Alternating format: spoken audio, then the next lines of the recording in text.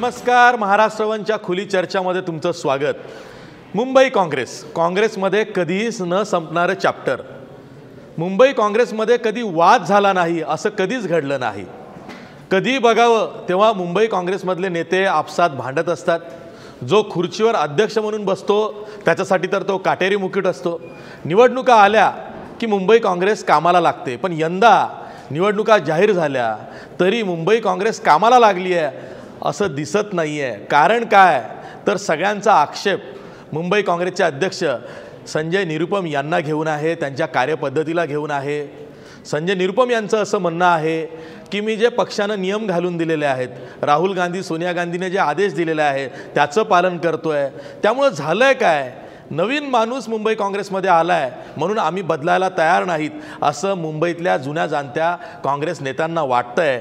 आणि म्हणून त्यांनी संजय निरुपम यांच्या विरोधात शड्डू ठोकला आहे. आज आपल्या खुली चर्चामध्ये स्वतः संजय निरुपम आहेत. मी लोकांना वस्तुस्थिती आधीच सांगितली आहे की तुम्ही कसे काटेरी मुकुट घेऊन सध्या मुंबई काँग्रेसचं काम करताय. पण एवढा विरोध, इतका टोकाचा विरोध, अगदी जाहीरनाम्याच्या कार्यक्रमातसुद्धा व्यासपीठावरनं जी भाषणं झाली तिथंही कोणीही तुम्हाला टोमणे मारण्याची संधी सोडली नाही. कुठला जाहीरनामा? काल असं टोमणेमध्ये कोणी मारला नाही. टोमणे कोणी काही नाही मारलं नाही. तुम्ही संपूर्ण भाषण एकदा पुन्हा बघा. असं नाही, असं वस्तुस्थिती नाही आहे. प्रत्येक पक्षामध्ये जेव्हा निवडणुकीच्या वेळी तिकीट वाटपाचा कार्यक्रम असतो तेव्हा एक थोडाफार भांडण असतो. कारण असं आहे की प्रत्येक पक्षामध्ये जो नेते मंडळी आहेत तर त्यांची अशी अपेक्षा असतो की त्यांचा जो फॉलोअर्स आहेत त्यांना तिकीट मिळालं पाहिजे. प्रत्येक कार्यकर्त्याला असा वाटतो. एमपीच्या इलेक्शनमध्ये खूप सारे दावेदार असतात, आमदारच्या इलेक्शनमध्ये कमी असतात. पण कॉर्पोरेशनच्या इलेक्शनमध्ये, लोकल बॉडीच्या इलेक्शनमध्ये प्रत्येक कार्यकर्त्याला असा वाटतो की ते निवडणुकी लढू शकतात आणि जिंकू शकतात, त्यांना मिळाला पाहिजे. तसं खूप सारे दावेदार प्रत्येक पक्षामध्ये वाडावाडातून असतात. आणि त्याच्यामध्ये आम्हाला एकच नाव ठरविण्याचा एक आदेश आहे किंवा असा कायदा आहे. तो खूप सारे लोक असं आहेत ज्यांच्या नाव येत नाही, ज्यांना तिकीट मिळत नाही, त्याच्या कारणास्तव ते एक रागावतात. आणि त्यांना त्यांच्या रागवण्याचा जो एक कारण आहे, हेतू आहे तो उचित आहे. मी याच्यावर कुठल्या प्रकारचे आक्षेप घेत नाही. कारण सगळ्यांच्या एक महत्त्वाकांक्षी होण्याचा एक हक आहे. सगळ्यांच्या मी कॉर्पोरेटर बनणार, मी नगरसेवक बनू शकतो असा थिंकिंग ठेवण्याचा हक प्रत्येक कार्यकर्त्यामध्ये असलाच पाहिजे. पण शेवटी पक्षामध्ये एक अशी परिस्थिती आहे की आम्ही एकच व्यक्तीला देऊ शकतो. आणि तर एकदा उमेदवारी घोषित झाल्यानंतर प्रत्येक कार्यकर्त्यांना, प्रत्येक नेत्यांना व पक्षाचा एक फायनल निर्णय म्हणून स्वीकार करायला पाहिजे, ही माझी विनंती सर्वांची आहे. सर, गेल्या 1 महिन्यापासून मग ते गुरुदास कामत असतील, नारायण राणे असतील, प्रिया दत्त यांचा कॅम्प असेल, असे अनेक नेते हे तुमच्या विरोधात प्रचार करत आहेत. तो तुम्हाला अपप्रचार वाटतो आहे. पण ते असं सांगतायत की आम्ही कोणाच्या तिकीट वाटपाच्या भूमिकेमध्ये किंवा त्याच्यासाठी मदत करणार नाही किंवा पक्षाचा प्रचार करणार नाही, किंबहुना आमचा संजय निरुपम यांच्या कार्यपद्धतीला विरोध आहे. हा जो टोकाचा विरोध ज्येष्ठ नेत्यांकडनं झालेला आहे, तुम्ही समन्वय साधण्याचा प्रयत्न आधीपासून का नाही केला? हे जे काही नेत्यांचं नाव तुम्ही घेतलं, सगळ्यांकडून यादी आली उमेदवारांची आणि सगळ्यांची यादीचा मान राखला गेलेला आहे. सगळ्यांच्या यादीमधून लोकांच्या उमेदवारी आम्ही दिलेला आहे. हां, सगळ्यांच्या एक 100% सगळ्यांच्या मनाप्रमाणे होऊ शकत नाही.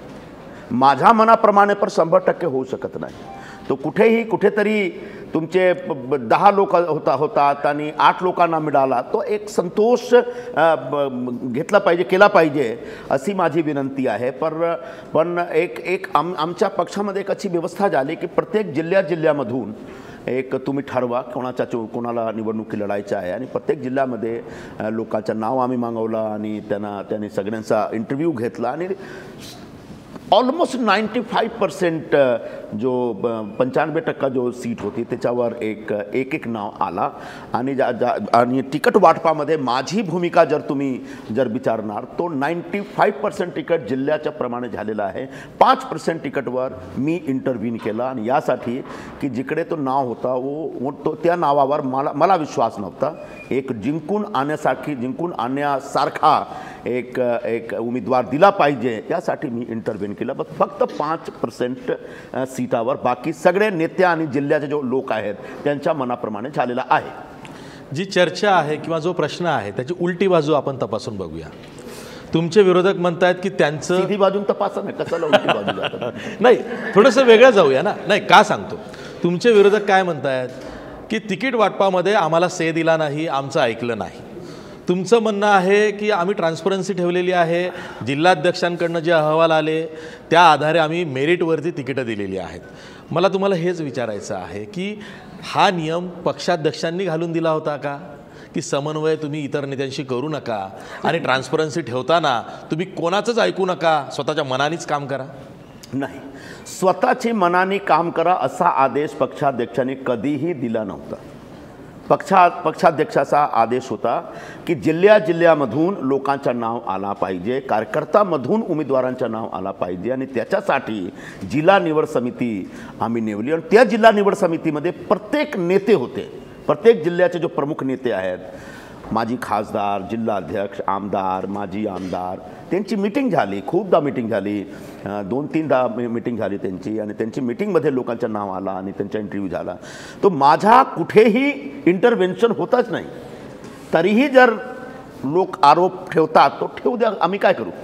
पण हा जो विषय आहे काँग्रेस पक्षाचा, आता हा विषय इकडे थांबवायला पाहिजे आणि मुंबईकरांचा जो प्रश्न आहे त्या प्रश्नावर आम्ही चर्चा करू. आणि याच्यासाठी मी तुमच्या चॅनलमध्ये हा खुली चर्चामध्ये भाग घेण्यासाठी आलेले आहोत. आता काँग्रेस पक्षामध्ये काय चालले आहे याच्यावर मुंबईकरांचा काही घेणं देणं नाही. त्यांच्या पाणीचा प्रश्न, त्यांच्या रस्त्याचा प्रश्न, त्यांच्या गटारीचा प्रश्न, त्यांच्या कचराचा प्रश्न, त्यांच्या हॉस्पिटलचा प्रश्न, त्यांच्या स्कूलचा प्रश्न, त्यांच्या या प्रश्नावर तुम्ही चर्चा करा ना. कशाला तुम्ही एक पक्षाचा तो अंतर्गत भांडण आहे त्याच्यामध्ये कशाला पडतं? नाही, एक शेवट मुंबईकरांसाठी काय केलं पाहिजे, काँग्रेसमध्ये काय आहे, आता याच्यावर चर्चा करा. नाही, तुमचं महत्व सांगताना अंतर्गत भांडणावरती एक शेवटचा प्रश्न माझ्या वतीनं जाऊ दे ना. इतर विचारतील खूप मला तुम्हाला थेट विचारायचं आहे. मला तुम्हाला थेट विचारायचं आहे. संजय निरुपम जेव्हा मुंबई काँग्रेसमध्ये आले तेव्हा ते कोणत्याही गटाचे नव्हते, त्यांच्यावर कोणत्याही गटाचं लेबल लागलं नव्हतं. पण संजय निरुपम यांना काय दिसलं मुंबई काँग्रेसमध्ये, तर मुंबई काँग्रेस गटातटामध्ये विखुरलेली आहे. मुरली देवरा गट, गुरुदास कामत गट, कृपाशंकर सिंह गट. तर तुम्ही हे मुंबई काँग्रेसला लागलेली जी कीड आहे गटातटाची ती कशी बघता? असा कुठल्या प्रकारचा गट मुंबई काँग्रेसमध्ये नाही आहे. एकच गट आहे, तो सोनियाजी आणि राहुलजींचा गट आहे. आम्ही सगळे नेते मंडळी त्या गटाचे एक सन्मानित सदस्य म्हणून काम करतो आणि आमची एक जबाबदारी आहे आमचे पक्षाचे अध्यक्ष सोनियाजी साठी आणि आमचे जो उपाध्यक्ष आहेत त्यांच्यासाठी आणि त्यांच्या समोर ठेवून आम्ही पक्षाचं काम करतो आणि सगळे काम करत आहेत आणि करणार पण. मुंबई काँग्रेसच्या भांडणावर माझ्या वतीनं मी माझे प्रश्न विचारले. धन्यवाद, मला माहिती आभारी आहोत. यांचं मला माहिती नाही. आता या विषयावर नाही, मुंबईच्या विषयावर चर्चा करा ना. मी याच्यासाठी नक्कीच मुंबईच्या विषयावर चर्चा. सुरुवात मुंबईच्या विषयावरूनच. जसं मुंबई महानगरपालिकेच्या निवडणुकींची हालचाली सुरुवात झाली, सलग दुसऱ्यांदा तुमच्याकडं मुंबई काँग्रेसचं प्रदेशाध्यक्षपद देण्यात आलं. अनेक मुद्दे होते आणि त्यानंतर देखील ज्या पद्धतीनं राहुल गांधींचे गेल्या काही वर्षभरात जे मुंबईत दौरे झाले त्यामध्ये अनेक प्रश्न उचलण्यात, कचऱ्याचा असेल, इतर पाणी टंचाईचा असेल, बेस्टच्या बिलासंदर्भातला एक मोठा मोर्चा देखील तुम्ही केला होता. मात्र या सगळ्या मोर्चानंतर केवळ निवडणुकीचं पुरतं आत्तापर्यंत जर गणितं बघितली तर काँग्रेस बऱ्याच जागा गेल्या वेळेस असतील त्या अगोदर देखील, मात्र सध्याची निवडणूक ही केवळ भाजप आणि शिवसेना केंद्रितच कुठेतरी झालेली बघते. काँग्रेसला विरोधक देखील मानायला हे दोन्ही पक्ष तयार नाही आहेत. काय नेमकं असं झालंय, कुठं कमी पडलंय? काँग्रेस एक विरोधी पक्ष असेल किंवा इतर सगळ्या कामकाजामध्ये असेल, मुंबई काँग्रेस कमी कुठं पडली? खूप चांगला आहे. शिवसेना आणि भाजप मुंबई महानगरपालिकामध्ये गेल्या 20 वर्षापासून सत्तेत आहे. त्यांनी बरोबर काम केलेलं आहे.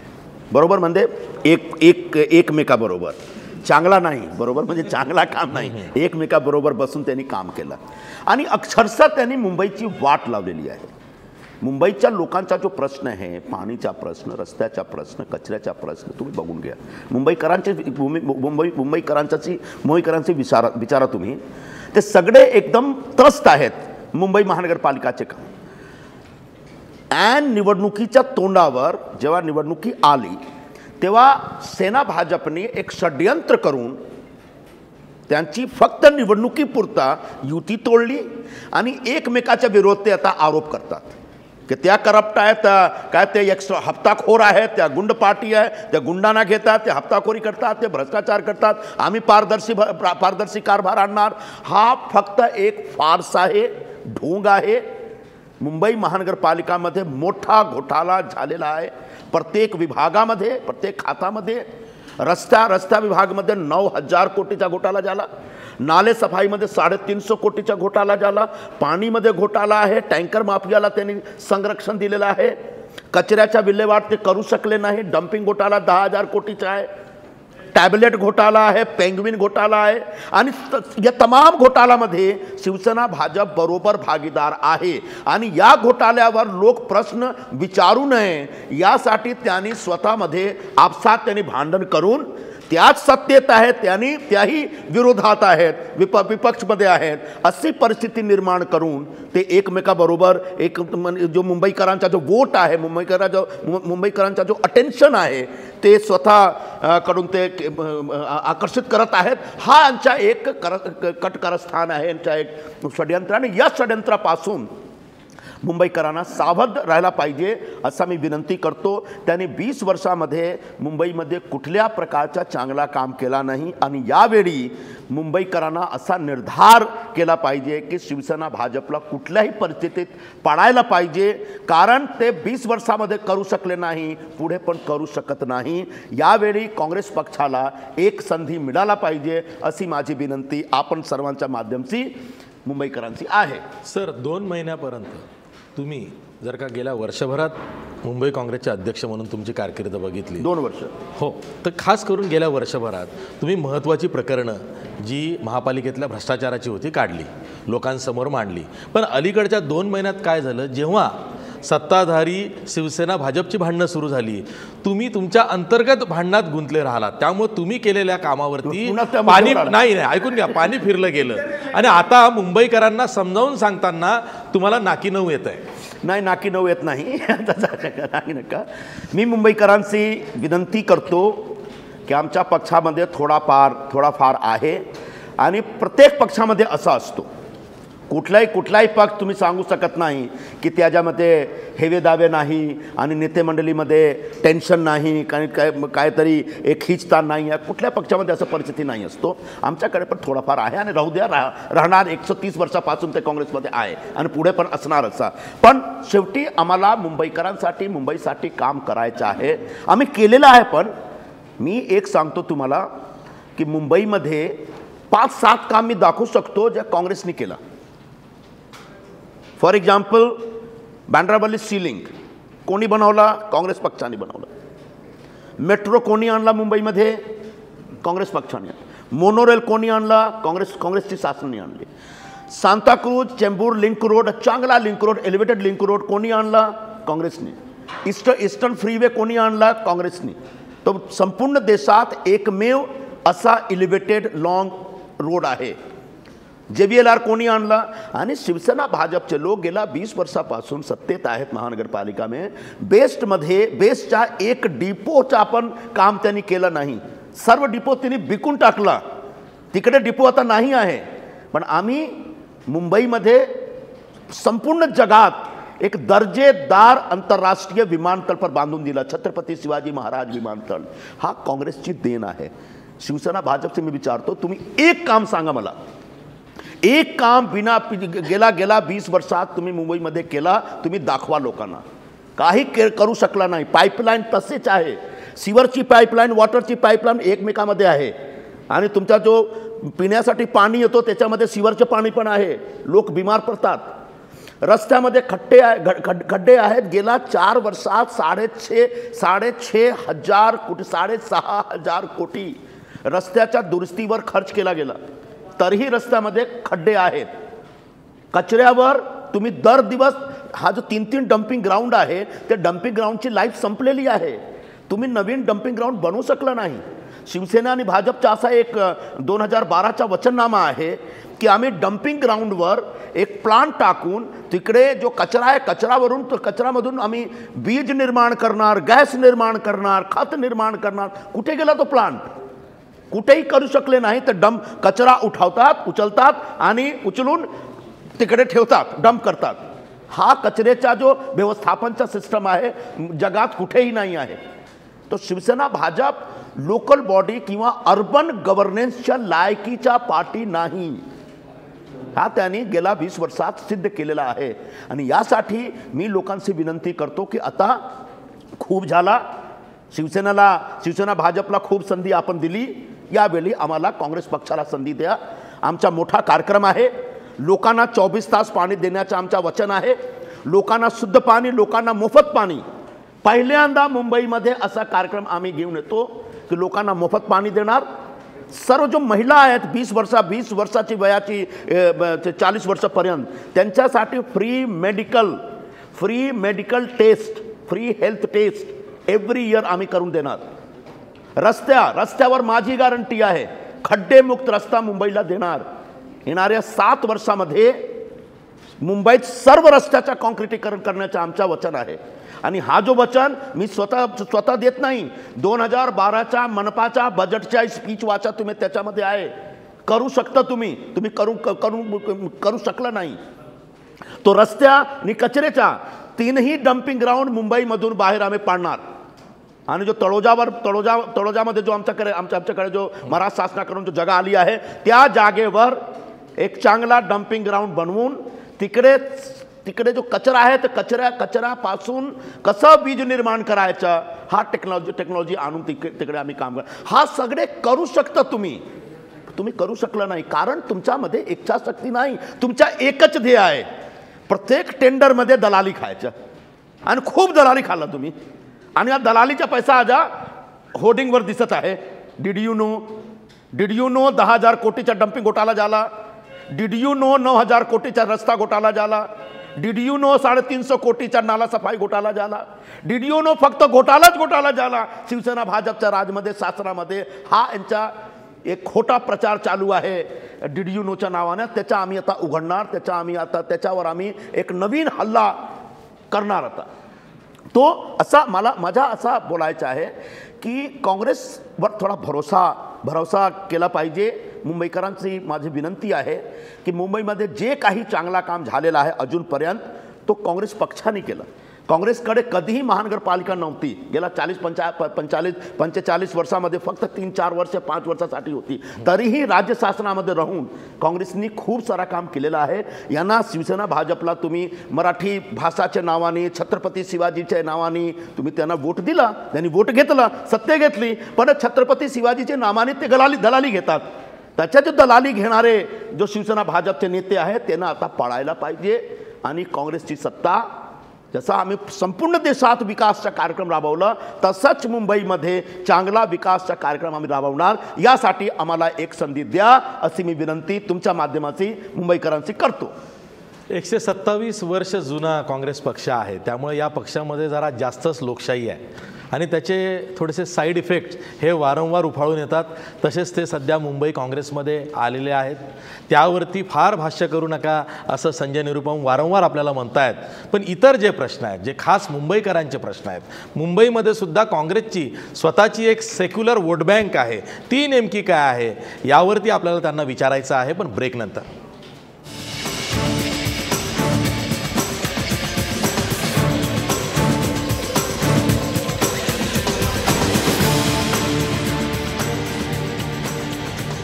ब्रेकनंतर पुन्हा तुमचं स्वागत. आपल्यासोबत मुंबई काँग्रेसचे अध्यक्ष संजय निरुपम आहेत.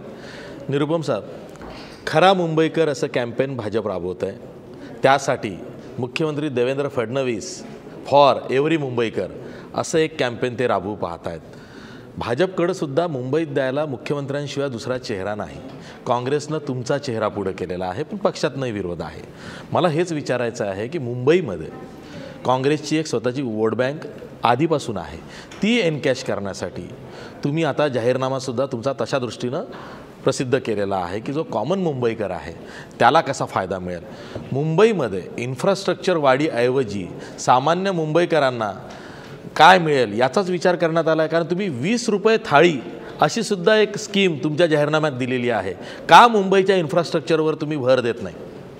दोन गोष्टी आहे. एक तर खरा मुंबईकर कोण, जो मुंबईमध्ये राहतात, जे लोक मुंबईच्या लोकांसाठी काम करतात ते खरा मुंबईकर. देवेंद्र फडणवीस खरा मुंबईकर नाही, ते नागपूरकर आहेत. त्यांच्या पक्षाचा जो जाहीरनामा आहे त्याच्यामध्ये स्वतंत्र विदर्भची मागणी आहे. ते मुंबईकर कसं होऊ शकतात? तो मुंबईकरों को, मुंबई के लोगों को बेसिकली धोखा देने के लिए देवेंद्र फडणवीस का चेहरा सामने लाया जा रहा है, जिसका मेरा विरोध है.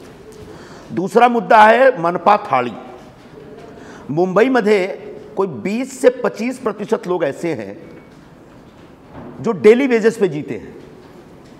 सुबह मजदूरी करने जाते हैं या रिक्शा चलाते हैं, टैक्सी चलाते हैं, फेरी का धंधा करते हैं, घरों में जाकर के सब काम करते हैं, इंटीरियर का काम करते हैं. असे 25% लोक आहेत. ते एका घरामध्ये 10-10, 15-15 लोक राहतात. म्हणजे त्यांच्याकडे राहण्याची व्यवस्था नाही, किचन आणि टॉयलेट तर राहू द्या. त्यांच्यासाठी ही योजना आहे. आमचा पूर्ण जोर भर मुंबईमध्ये इन्फ्रास्ट्रक्चर डेव्हलप करण्यावर राहील आहे. तुम्ही आमचा जो विजन डॉक्युमेंट आहे वाचा, त्याच्यामध्ये सब कुछ आहे. पण एक नवीन अशी योजना आम्ही आणून इच्छितो की सर्वांना मुंबईमध्ये जो गोरगरीब लोक आहेत त्यांना 20 रुपयेमध्ये एक पोटभर जेवण मिळालं पाहिजे, आणि 2 वेळा, एक सकाळी आणि एक संध्याकाळी. हा जो जेवणचा कॉन्सेप्ट आहे तो BMC कॅन्टीन म्हणून आम्ही सुरू करणार. BMCच्या प्रत्येक ऑफिसमध्ये, प्रत्येक जो वार्ड ऑफिस आहे त्याच्या बाजूला एक कॅन्टीन उभारून, आणि प्रत्येक हॉस्पिटलच्या बाहेर आणि स्कूलच्या बाहेर, आणि हळूहळू एक मुंबईमध्ये मनपा कॅन्टीनची एक जाळे आम्ही उभारू शकतो. झुणका भाकर केंद्र हीच कन्सेप्ट होती. झुणका भाकर केंद्र मी सांगतो ना, एक थांबा ना. हा जे सगळे कॅन्टीनचे मालिक कोण असणार? महानगरपालिका. आणि हा कॅन्टीन चालवणार कोण? तो मुंबईमध्ये काम करणारे विमेन, महिला बचत गटचे लोक. हे महिला बचत गटची महिलांना महानगरपालिका खूप पैसे देतात खिचडी बनवण्यासाठी, बिस्किट, आणि त्याच्यामध्ये आमची एक ताईने चिकी घोटाळा पण करून दिलेला आहे. तो हा चिकी घोटाळा आणि बिस्किट घोटाळा आणि खिचडी घोटाळा होऊ नये यामुळे तो जो महिला बचत गटची महिला आहेत त्यांना आता या कॅन्टीन चालविण्याचा एक पूर्ण जबाबदारी आम्ही देणार. यामुळे महिलांचा एक जोरदार रोजगार तयार होईल, महिलांना खूप रोजगार भेटेल, आणि हा संपूर्ण जो योजना आहे BMCच्या कंट्रोलमध्ये राहील. पण झुणका कमी आणि दारू जास्ती विकतात तिकडे. तुम्ही कुठल्याही झुणका भाकर केंद्रावर जाऊन बघा. तो हा झुणका भाकर कार्यक्रम नाही आहे. हा BMC तर्फे, मुंबई महानगरपालिकातर्फे मुंबईमध्ये राहणारे गोरगरीब लोकांना प्रत्येक दिवशी 2 वेळा पोटभर जेवण 20 रुपये प्रति थाली देण्याचा एक कार्यक्रम आहे. ज्याच्या राबविण्याचा जो एक जबाबदारी असेल तो मुंबईची आमची माता भगिनीवर असेल. मला 2 प्रश्न आहेत माझे, की तुम्ही जे आता सगळ्या योजना म्हणताय ते सगळं ठीक आहे, पण त्याच्यासाठी तुम्हाला आकड्यांचं गणित करावं लागेल. तुमच्या 50पेक्षा जास्त जागा पण येणार नाहीत असं सुद्धा असंही लोक म्हणतायत, किंवा अशी तुमची परिस्थिती पण आहे सध्या गेल्या वेळेचा परफॉर्मन्सनुसार सुद्धा. जर तुम्ही तुमच्या मित्रपक्षांची मदत घेतलीत नंतर निवडणुकीनंतर, तसा राष्ट्रवादी काँग्रेस पक्षसुद्धा मुंबईमध्ये तितका तगडा नाही आहे. हे जर तुम्ही सगळ्या योजना म्हणताय तर त्याच्यामध्ये तुम्ही आकड्यांचा खेळ कसा करणार? आणि दुसरा प्रश्न हा, तुम्ही सामान्य मुंबईकरांसमोर या सगळ्या योजना घेऊन जाणार आहेत. पत्रकार एक वेळ विचारणार नाहीत, पण मुंबईकर तर तुम्हाला विचारतील की जे घरातल्या समस्या सोडवू शकत नाहीत ते मुंबईकरांच्या समस्या काय सोडवणार? तेव्हा तुमचं उत्तर काय असेल? नाही, घरात समस्या तो सगळे असतो. मातोश्रीमध्ये बी खूप समस्या आहेत. हा, तो या सवाल तो त्यांच्याशी हे प्रश्न विचारत नाही की मातोश्रीमध्ये एवढा झगडा आहे, कशाला तुम्हाला आम्ही वोट देऊ, तो आमच्याशी कोण विचारणार? तर हा विषय नाही असतो. हा विषयावर थोडाफार दुर्लक्ष केला पाहिजे. शेवटी पक्षाचा एक कार्यक्रम, पक्षाची योजना, पक्षाची विचारधारा असतो, आणि त्या विचारधारावर लोकांना विश्वास ठेवला पाहिजे. आणि काँग्रेसने सदा सर्वदा एक जो गरीब लोक आहेत, कमजोर लोक आहेत, उपेक्षित लोक आहेत, त्यांच्यासाठी योजना बनवणं आणि त्यांच्या योजनाची अंमलबजावणी करण्याचा आमचा एक ध्येय धोरण असतो. आता तुमच्या आकडाचा प्रश्न आहे, हा चांगला प्रश्न आहे. तुम्हाला कोणी सांगितलं मला माहीत नाही की 50पेक्षा जास्ती सीट नाही आहे. मला पण लोक असं सांगतात की 100पेक्षा जास्ती सीट तुम्हाला भेटेल यावेळी. आता मी काय करू? मला पण लोक येतात आणि सांगतात की तुम्ही जो 2227 कॅन्डिडेट अनाऊन्स केलेला आहे या सर्वश्रेष्ठ कॅन्डिडेट आहेत आणि मोस्ट कॉम्पिटिटिव्ह कॅन्डिडेट आहेत. त्याच्या न्यूजपेपरमध्ये आता लोक छापून देतात की मोस्ट कॉम्पिटिटिव्ह कॅन्डिडेट्स आहेत आणि 185 कॅन्डिडेट कॉन्टेस्टमध्ये आहेत काँग्रेसचे कॅन्डिडेट बघून पत्रकार आणि जो समीक्षक आहेत तो आम्हाला सांगतात. आणि त्यांची असा एक सर्वे आहे, त्यांचं असं एक विश्लेषण आहे की 100पेक्षा जास्ती वोट, जास्ती सीट काँग्रेसला भेटू शकतो. और जब 100पेक्षा जास्ती सीट मला भेटू शकतो तो मला हक्क आहे काहीतरी योजना बनविण्याचा आणि लोकांसमोर योजना घेऊन जाण्याचा.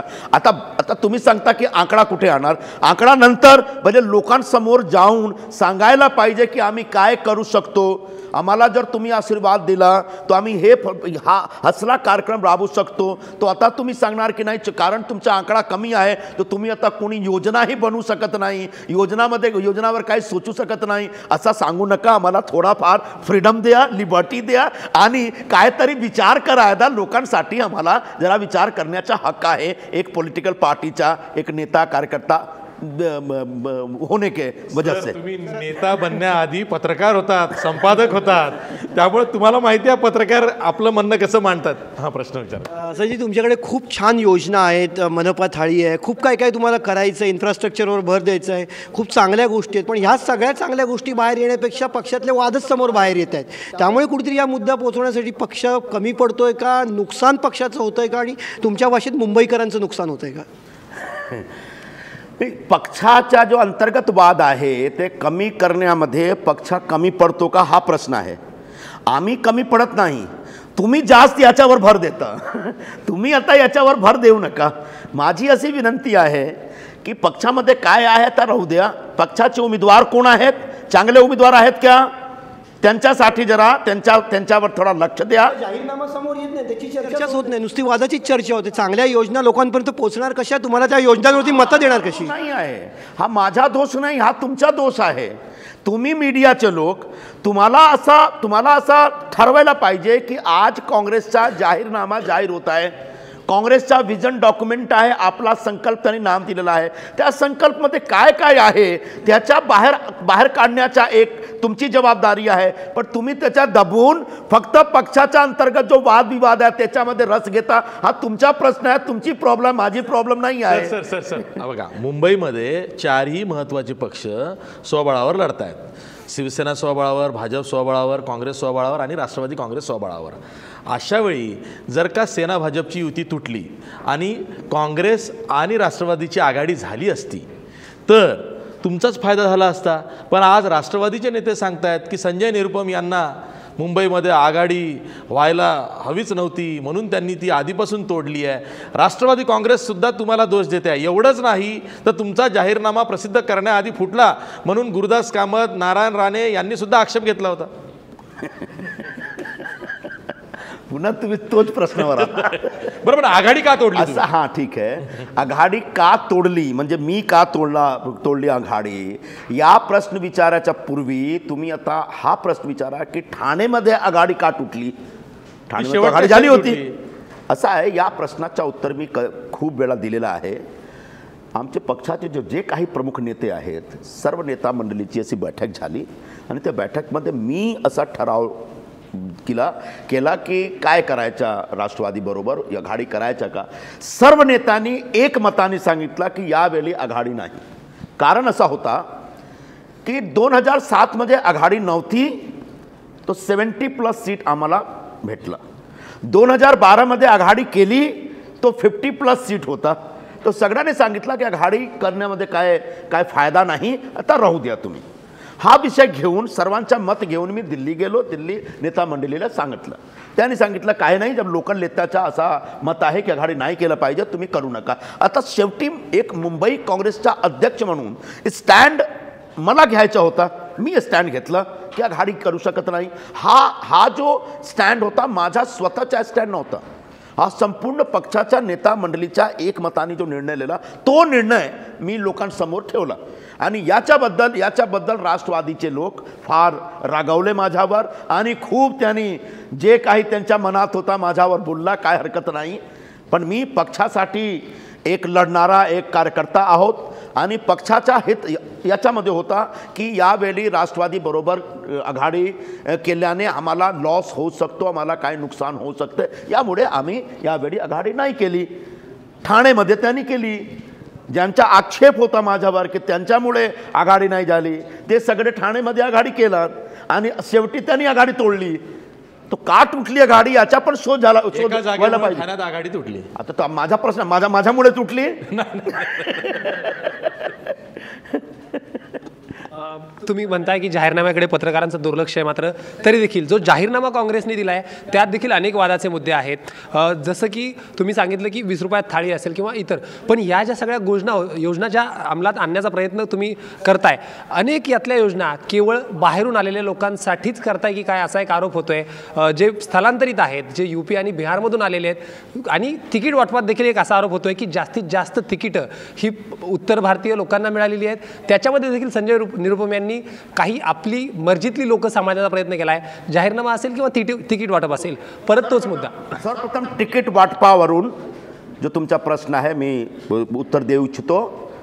227 मध्ये 112 उमेदवार मराठी भाषिक आहेत, 35 उमेदवार उत्तर भारतीय आहेत, हिंदी भाषिक आहेत, 38 उमेदवार मुस्लिम समाजाचे आहेत, 22 उमेदवार गुजराती समाजाचे आहेत, 11 उमेदवार ख्रिश्चन आहेत, 5 उमेदवार सिंधी पंजाबी समाजाचे आहेत.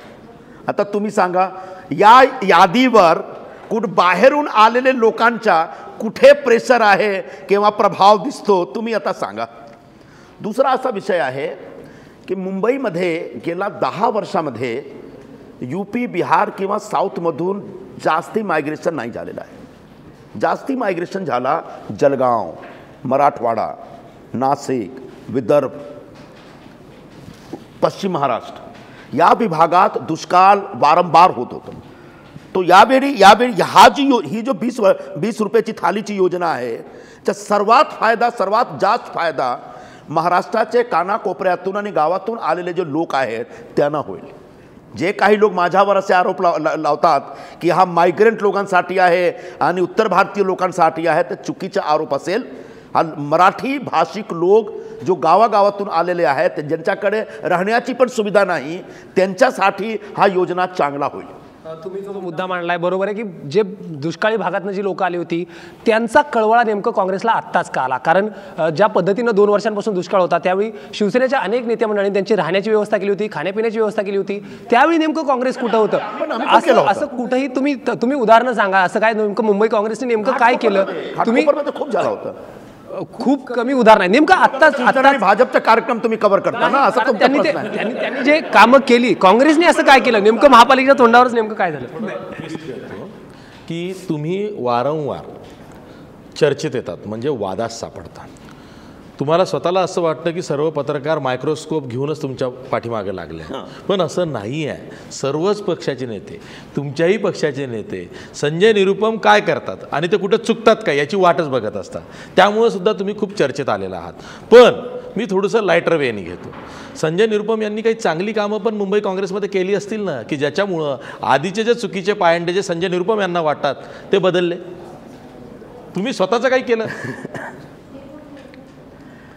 हो, तुमचा जो एक प्रश्न आहे की संजय निरुपम सतत वादात असतात, ठीक है, ये मेरा दुर्भाग्य हो सकता है. जानबूझ के कोई विवाद निर्माण करना मेरा उद्देश्य नहीं होता. हाँ, थोड़ा कुछ एक जो होता है ना, हर आदमी का एक इनबिल्ट प्रॉब्लम होता है, कैरेक्टरिस्टिक प्रॉब्लम है मेरा. मैं बहुत ओपन हूँ, ट्रांसपेरेंट हूँ, जो सही लगा बोल दिया, गलत बातें पसंद नहीं करता हूं, मैं बहुत वोकल हूं. तो कई बार राजनीति में यह एक सबसे कम विवाद में कौन होता है? जो सबसे कम काम करता है और जो सबसे कम बोलता है।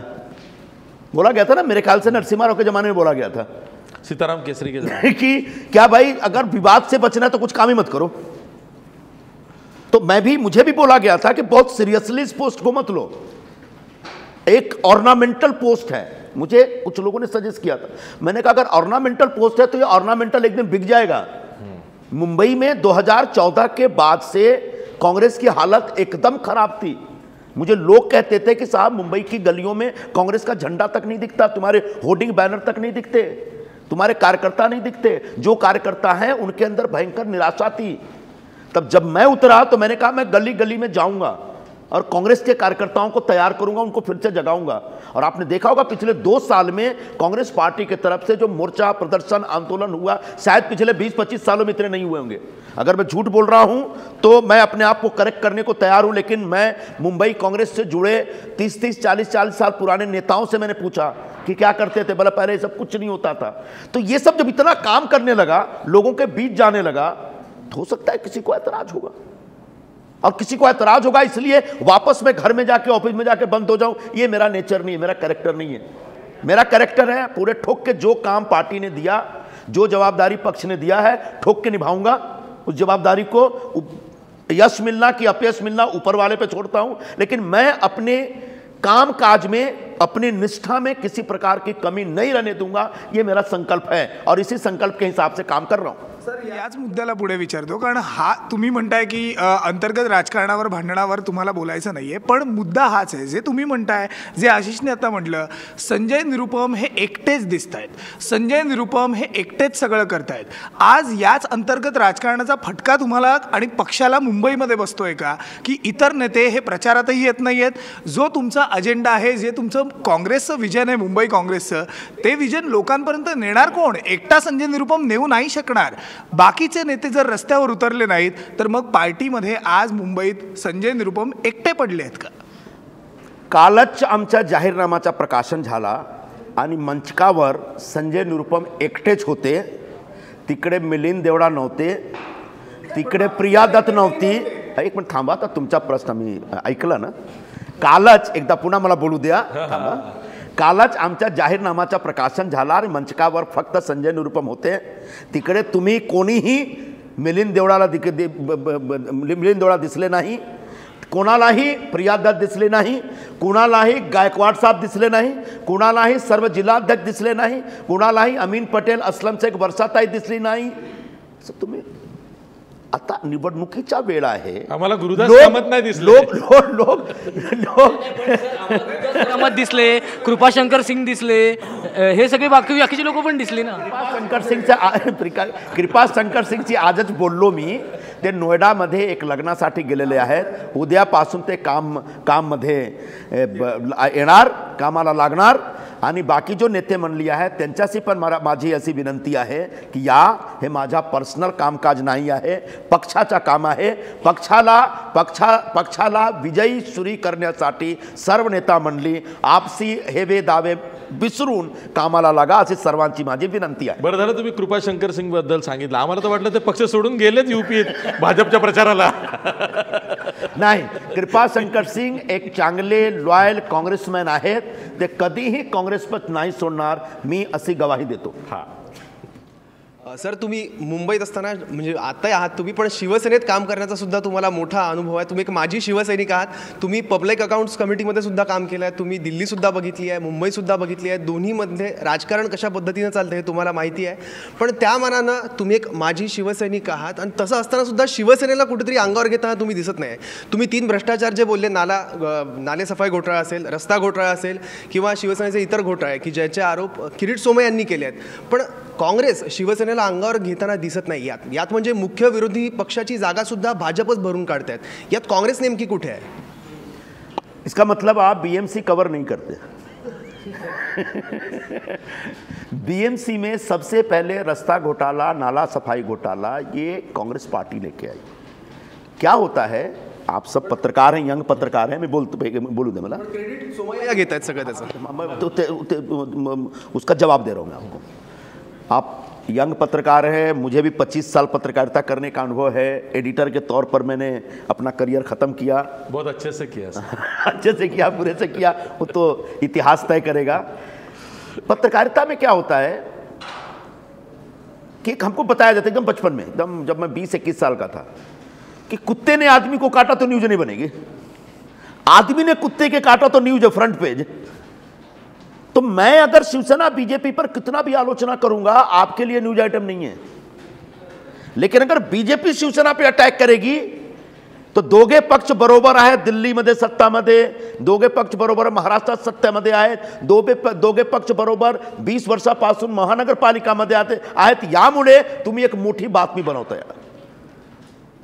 तो किरीट सोमय्याच्या पूर्वी काँग्रेसतर्फे वारंवार त्यांच्या प्रत्येक घोटाळ्यावर खूप काम झालेलं आहे।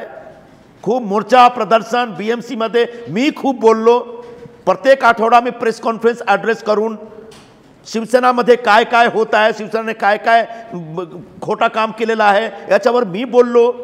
पण ते आता येतो तू न्यूजपेपरमध्ये ते छापून येतात, पण थोडंफार भाजपवाले शिवसेनेवर बोलतात मोठी बातमी, शिवसेनेवाले भाजपवर बोलतात मोठी बातमी। आता शिवसेनातर्फे मोदीला सांगितलं मोदी बेईमान आहे, मोदी काय करू शकत नाही। उद्धवजी ठाकरे बोलतात, तुम्ही एक मोठा हेडलाईन करता, आमचे नेते दररोज मोदीवर ओरडतात, कोणी काय ॲक्शन कॉग्निजन्स घेत नाही। कारण तुम्ही जो जर्नलिझमचा एक ट्रेंड आहे, जर्नलिझमचा एक प्रिन्सिपल आहे की Congress party is a opposition party. ये अपोजिशन पार्टी का धर्म है कि सत्तारूढ़ दल पे अटैक करे। तो एक न्यूज है लेकिन इतनी बड़ी न्यूज नहीं है। लेकिन सत्तारूढ़ दल का हिस्सा अगर सत्तारूढ़ दल में बैठे लोगों की अगर आलोचना करती है तो बड़ी न्यूज बन जाती है। इसलिए आपको वो फोकस में दिख रहा है, जबकि सच है कि कांग्रेस पार्टी की तरफ से शिवसेना बीजेपी को खूब हैरान किया हम लोगों ने। फिर भी आपका एक सुझाव है कि एक शिवसैनिक म्हणून मी शिवसेनेला अंगावर घेत नाही। तुम्ही मला सांगा कसं अंगावर घेऊ, मी तयार आहे। किरीट सोमय्या यांनी माफिया राजचा महापालिकेतला जो भ्रष्टाचार आहे त्याचा रावण झाला होता, त्यानंतर शिवसैनिक किरीट सोमय्यांच्या अंगावर गेले होते। म्हणजे भाजप थेट अच्छा हे सांगा तुम्ही, किरीट सोमय्याचा पक्ष शिवसेना बरोबर 20 वर्षापासून त्याच महानगरपालिकामध्ये आहे, तो भ्रष्टाचारचा रावण से फक्त शिवसेना कसा, शिवसेना भाजप दोघे आहेत। हे काँग्रेसचा अपयश आहे की माध्यमांना काय हवं हे तुम्हाला समजत नाही, माध्यमांपर्यंत तुम्हाला पोहोचता येत नाही, किंवा माध्यमांना काय हवं हे तुम्हाला कळत नाही। हाच लोकसभेत तुमचा प्रॉब्लेम होता। 25 साल हो गए मुझे जर्नलिज्म के, 25 साल और सीखता हूं, उसके बाद माध्यमाला काय हवं आम्ही करणार पुढे नाही। मैं एक मजाक किया, मैं लाईट सेना भाजपच्या भांडणामध्ये इतरांकडे लक्ष जात नाही आणि ते विरोधकांची सुद्धा स्पेस ही न्यूजपेपरच्या बातम्यांमध्ये टीव्हीच्या बातम्यांमध्ये व्यापतायत आणि तोच फायदा त्यांना इथं झालेला दिसतोय। म्हणून तर ते दोघे स्वबळावर लढतात असं आता सामान्य मुंबईकरांना वाटतंय। आता स्वबळावर तुम्ही कसा लढता बाबा? दिल्लीमध्ये बरोबर सत्तेत आहात, महाराष्ट्रात बरोबर सत्तेत आहात आणि आता स्वबळावर आम्ही लढणार। उद्धवजी बोलतात की नाही आता पुढे आम्ही कधीही युतीचं राजकारण नाही करणार आणि सत्तेमध्ये आहेत बरोबर भाजपचे। अमित शाह बीजेपीचे तडीपार अध्यक्ष काय बोलतात की शिवसेना भाजपमध्ये फ्रेंडली फाईट चालू आहे। एक पाटील साहेब आहेत महाराष्ट्र शासनाचे मंत्री, त्यांनी सांगितलं निवडणुकीनंतर आम्ही शिवसेनेला बरोबर घेऊ। ते कसला स्वबळावर लढाई चालू आहे मला समजत नाही। हा फक्त मुंबईकरांच्या डोळ्यामध्ये धूळफेक करण्याचा एक षडयंत्र आहे। मुंबईकरांना सावध राहायला पाहिजे शिवसेना भाजपचा ये फ्रेंडली मैच को लेकर के। मुंबईकरों को समझना पड़ेगा कि ये सिर्फ चुनाव में ड्रामा करेंगे और कल्याण डोंबिवली की तरह फिर वापस सत्ता में आने की कोशिश करेंगे, लेकिन मैं इनको सत्ता में नहीं आने दूंगा। शिवसेना बीजेपी दोनों को मेरी चुनौती है खुलेआम, दोनों को रोकेंगे। आएगी सत्ता में तो कांग्रेस आएगी और इसका प्रयास हम कर रहे हैं। आली सत्तेत तर काँग्रेसच येईल, मुंबईमध्ये काँग्रेसची वोट बँक आहे हेच वारंवार संजय निरुपम सांगतायत। पण संजय निरुपम यांना अनेक प्रश्न विचारायचे आहेत ज्याची उत्तरं त्यांना द्यायची आहेत, पण ब्रेक नंतर।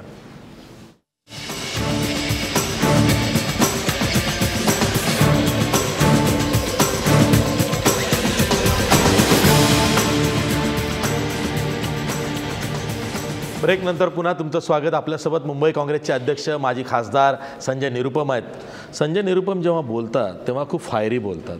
तुम्ही पक्षाचे राष्ट्रीय प्रवक्तेसुद्धा आहात, काँग्रेस पक्षाची बाजू प्रसारमाध्यमांमध्ये मांडता, स्वतः एक्स जर्नलिस्ट असल्यामुळे त्याचा फायदा तुम्हाला नक्कीच होतो।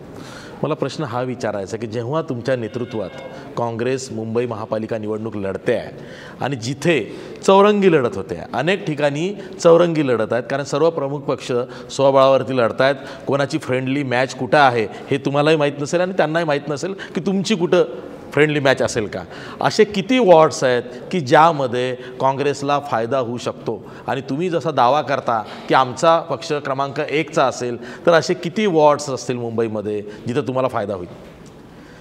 हे बघा, एक गोष्ट मी तुम्हाला सांगतो की यावेळी जो मुंबईमध्ये निवडणुकी होत आहे कॉर्पोरेशनची, ही निवडणुकी गेल्या 20 वर्षामध्ये ज्याप्रमाणे निवडणुकी झाली त्याच्यापेक्षा एकदम वेगळा आहे. शिवसेना हे बघा 2014च्या जो निवडणुकी होता असेंब्लीच्या, तो एकदम लोकसभा इलेक्शनच्या पाठोपाठ झाला होता, त्याचा एक खूप प्रभाव होता. 2017 आते आते 2014 का प्रभाव खत्म हो चुका है. अब रेफरेंस पॉइंट चुनाव में जो है ना, कांग्रेस नहीं है. हर निवडणुकी में कॉन्टेक्स्ट होता है, हर चुनाव में कॉन्टेक्स्ट होता है, एक रेफरेंस पॉइंट होता है. इस बार रेफरेंस पॉइंट बीजेपी है, मोदी है, शिवसेना है. इस बार कांग्रेस नहीं है. 2014 में एक मूड था लोगों का कि कांग्रेस को हराना है, जिसको देखो वही मूड में आ जाता था. इस बार ऐसा नहीं है. दूसरा, सेना बीजेपी के अंदर वर्टिकल स्प्लिट हुआ है. ये जो ड्रामा कर रहे हैं, ड्रामा इनको बहुत भारी पड़ने वाला है. और इसमें मुझे दिख रहा है कि सचमुच सरप्राइजिंग रिजल्ट आएंगे. जो मैं एक्सपेक्ट कर रहा हूं शायद उससे ज्यादा आ जाए. और जो शिवसेना बीजेपी जो अपनी गफलत में है, जो उनको एक ओवर कॉन्फिडेंस दिख रहा है कि बड़ी बड़ी होर्डिंग लगा करके सबसे ज़्यादा हम जीत जाएंगे, लोगों में ऐसा नहीं है. ज़रा लोगों में जाके सर्वे करके देखिए.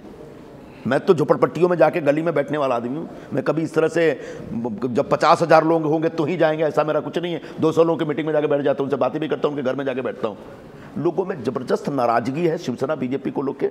खासकर ये जो फ्रेंडली फाइट चल रहा है उसको लेकर के भी लोग नाराज हैं, चिड़े हुए हैं. क्योंकि मुंबई का जो या हिंदुस्तान का जो वोटर होता है वो देखने में आपको भोला भाला लगेगा, लेकिन पॉलिटिकली बड़ा मैच्योर होता है. वो देख रहे हैं कि क्या ड्रामा चल रहा है साहब. वहाँ साथ में बैठे हो आप, यहाँ साथ में बैठे हो, नेता लोग कुछ और बोल रहे हैं और तुम यहाँ एक दूसरे के खिलाफ बोल करके बेसिक इशू से लोगों का ध्यान बटा रहे हो. ये बात लोगों के दिल में उतर रही है और आने वाले 15 दिनों में और भी अंदर जाएगी और इसका भयंकर रिएक्शन होगा. और शिवसेना बीजेपी को इस बार, अच्छा मेरी स्ट्रेटजी क्या है मैं बताया तो आपको.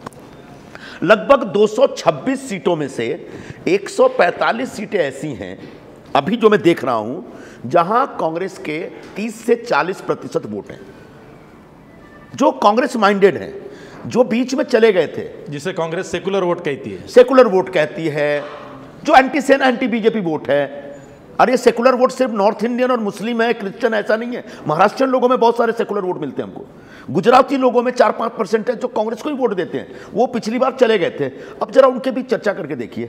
बोला नहीं वो गलत डिसीजन था. जो बोलते हैं ना, एक ही भूल कमल का फूल, सब लोग बोलते हैं. अभी सेना से तो दूर, सेना को तो कभी लाइक ही नहीं करते हो सब. वो सारा वोट उसमें जरा चर्चा करिए अकेले में जाके. बोला नहीं इस बार हम कांग्रेस को वोट देंगे. मैंने लोगों को भेजा. कल रात को मेरे पास जो गोरेगांव ईस्ट के लोग आए थे. मैंने कहा इस वार्ड के मुस्लिम लोगों का क्या कहना है. बोला भैया खुश रहो, जित मुस्लिम ग्रुप में हम गए से बोला नहीं MIM वो कुछ नहीं, कांग्रेस को वोट देंगे, हमको सेना बीजेपी को हराना इस बार. ये मूड सिर्फ मुस्लिम नहीं, नॉर्थ इंडियन नहीं, मराठी, गुजराती, अन्य भाषा भाषियों के बीच भी जबरदस्त है. और इसके आधार पर मैं पूरे ठोक के बोल रहा हूं कि कांग्रेस पार्टी पूरी ताकत से सबको चौंकाते हुए जीत करके आएगी, ऐसा मेरा विश्वास है इन आंकड़ों के आधार पर. संजय निरुपम फुल प्रचार मोडमध्ये आलेले आहेत राजू. सर, आशिष शेलारांनी एक आरोप केलेला आहे की जिथे भाजपचं वर्चस्व आहे अशा 42 वॉर्डमध्ये शिवसेना आणि काँग्रेसमध्ये मॅच फिक्सिंग झालंय. नेमकं सत्य काय आहे? हा एक मोठा जोक है जिसको हम चुटकुला बोलते हैं और इस चुटकुला पे हंसा ही जा सकता है. फिर भी ये ऐसा आरोप है कि इस पर मुझे जवाब भी नहीं देना चाहिए, लेकिन चुनाव का टाइम है तो हर आरोप का जवाब देना पड़ेगा. मैं चैलेंज करता हूं कि इसी टेबल पे आइए, वो 42 सीट कौन है सामने रखिए और 42 सीट में कौन सा उम्मीदवार हमारा और आपका कौन है, उनका कौन है बताइए. उसके बाद आप चर्चा करके मुझे आप अगर गलत साबित करेंगे मैं विड्रॉ करूंगा और आप गलत साबित होंगे तो आप माफ़ी मांगिए और अपने बयान वापस लीजिए. सच यह है कि शिवसेना बीजेपी के बीच एक फ्रेंडली मैच चल रही है. सच यह है कि शिवसेना बीजेपी दोनों खुद साथ में सत्ता में हैं, आगे भी रहेंगे. और आज जब उनको लग रहा है कि अब उनके पैरों के नीचे की जमीन खिसक रही है कांग्रेस को जिनने कम आंका था, अब समझ में आ गया कांग्रेस पार्टी भारी पड़ रही है, तब इस तरह के वाइल्ड एलिगेशंस हमारे पे लगा रहे हैं। ये कुछ भी नहीं, सिर्फ लोगों का ध्यान बटाने का एक षड्यंत्र है, और इस षड्यंत्र पर मेरा कोई विश्वास नहीं है और इसके ऊपर ज़्यादा मुझे चर्चा भी नहीं करनी है। फिर भी अगर उनकी रुचि है, जिस टेबल पे बोलेंगे पूरे मीडिया के सामने चर्चा करने के लिए मैं तैयार हूँ। हमारे पास जो नाम आए, कहाँ से नाम आए, किसने नाम दिए हैं और वो नाम कौन है, क्या है, पूरी लिस्ट मेरे पास है।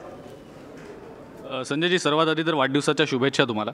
आणि एक प्रश्न तुम्ही मगाशी सेक्युलर वोट्सचा एक मुद्दा उपस्थित केला होता। प्रश्न हा आहे की MIMचा फॅक्टर तुम्हाला किती इम्पॉर्टंट वाटतो? कारण आता राष्ट्रवादी काँग्रेस स्वबळावर लढतायत, समाजवादी पार्टी पण आहे, मग अशा सिच्युएशनमध्ये सेक्युलर वोट्स जास्तीत जास्त डिवाइड होतील असा अंदाज आहे, आणि जर तसं झालं तर याचा सगळा फायदा भाजप आणि शिवसेनेलाच होणार आहे। मग अशा वेळेला हा जो कॉन्फिडन्स आहे तुमचा की 100+ सीट्स येऊ शकतात, हा कितपत टिकेल असं वाटतं आणि MIMकडे तुम्ही कशा पद्धतीनं पाहता? MIM भारतीय जनता पार्टीचा फंडेड एक संघटन आहे, पक्ष आहे, जिकडे BJP काँग्रेसच्या वोट बँकमध्ये काही करू शकत नाही, तिकडे ते MIMला पाठवतात।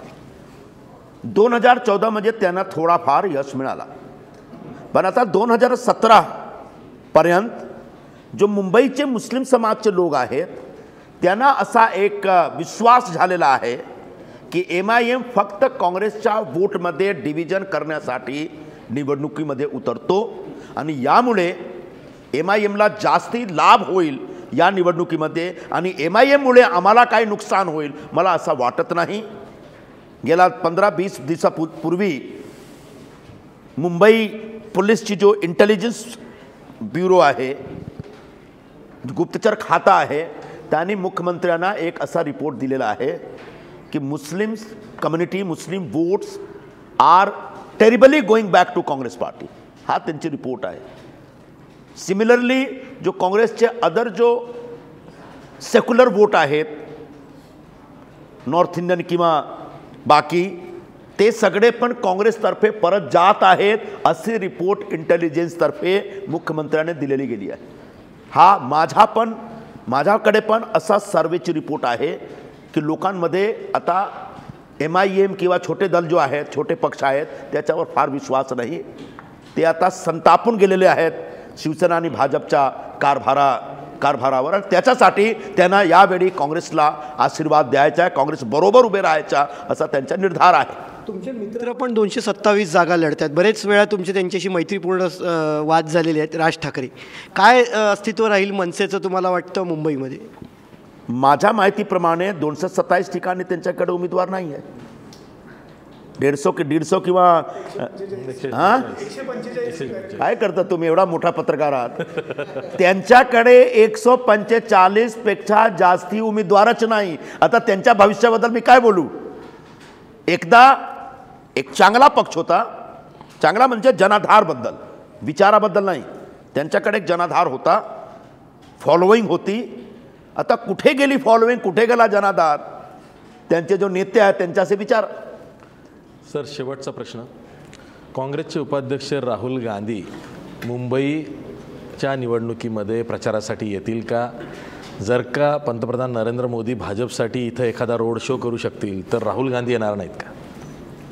दोन गोष्टी आहे, एक तर आमचे पंतप्रधान एवढे जोशिले आहेत की ते ग्रामपंचायतच्या निवडणुकी पण जाऊ शकतात आणि जातात, तो कुठेही जाऊ शकतात ते मोदी साहेब। त्यांचे सदा ते एव्हरी टाइम ते एक इलेक्शन मोडमध्ये असतात, आणि आम्ही कित्येक वेळा त्यांनी सांगितलं की आता निवडणुकी झाली बाबा, आता लोकांचं काम करा, जे काही तुमच्या वादा आहे, वचने आहेत त्याच्यात लागू करा, ते करत नाही, अजून ते वादा करतात। राहिला गोष्ट आता तुम्ही काँग्रेस पक्षाचा, तो आमचे काँग्रेस पक्षाचे अध्यक्ष आणि उपाध्यक्ष लोकल बॉडीच्या इलेक्शनमध्ये कुठेही जात नाही। मी विनंती करणार, जर ते जर आमचे उपाध्यक्ष वेळ देऊ शकले तर माझ्यासाठी खूप चांगला होईल, नाहीतर काय नाही, त्यांच्या आशीर्वादाने आणि त्यांच्या सहकाराने मुंबई काँग्रेसतर्फे निवडणुकीच्या प्रचाराचं काम खूप जोरात चालू आहे, पुढे पण चालू असणार, आणि यश आम्ही घडवणार। आणि जे राज्यातले नेते काँग्रेसचे नाराज आहेत, गुरुदास कामत, नारायण राणे, नाही ऐका ना, ते तरी आता प्रचारामध्ये तरी दिसतील का? नारायण राणे, गुरुदास कामत ही जी मंडळी नाराज आहे ते प्रचार सभेला तरी येतील का? मला असं वाटतं की हा प्रश्न तुम्ही त्यांच्याशी विचारा तर चांगला होईल. तुम्ही पुन्हा प्रांजळ उत्तर दिलेलं आहे की त्यांचे प्रश्न तुम्ही त्यांनाच विचारा. हीच मुंबई काँग्रेस आहे. निवडणूक आली की मुंबई काँग्रेस अगदी उत्साहात येते. जसं आपण बघितलं संजय निरुपम यांनी जोरदार बॅटिंग केलेली आहे, सर्वांना निरुत्तर केलेलं आहे, पण पक्षातल्या काही नेत्यांबद्दल ते उत्तर देऊ शकत नाही, कारण शेवटी स्वभाव असतो, प्रत्येक नेत्याचा स्वभाव हा त्याच्या परीनं असतो. काँग्रेसच्या हितासाठी ते पुन्हा काँग्रेसमध्ये प्रचार करतील का असं त्यांना वाटतं की त्यांनी करावा, पण ते छातीठोकपणे हे सांगू शकत नाहीत की गुरुदास कामत आणि नारायण राणे हे प्रचारात उतरतील. खुली चर्चामध्ये ते दोघंही एखाद्या वेळेस येतील, त्यांनाच आपण हा प्रश्न विचारणार आहोत. आज आपण इथंच थांबतो. पाहत रहा महाराष्ट्र वन.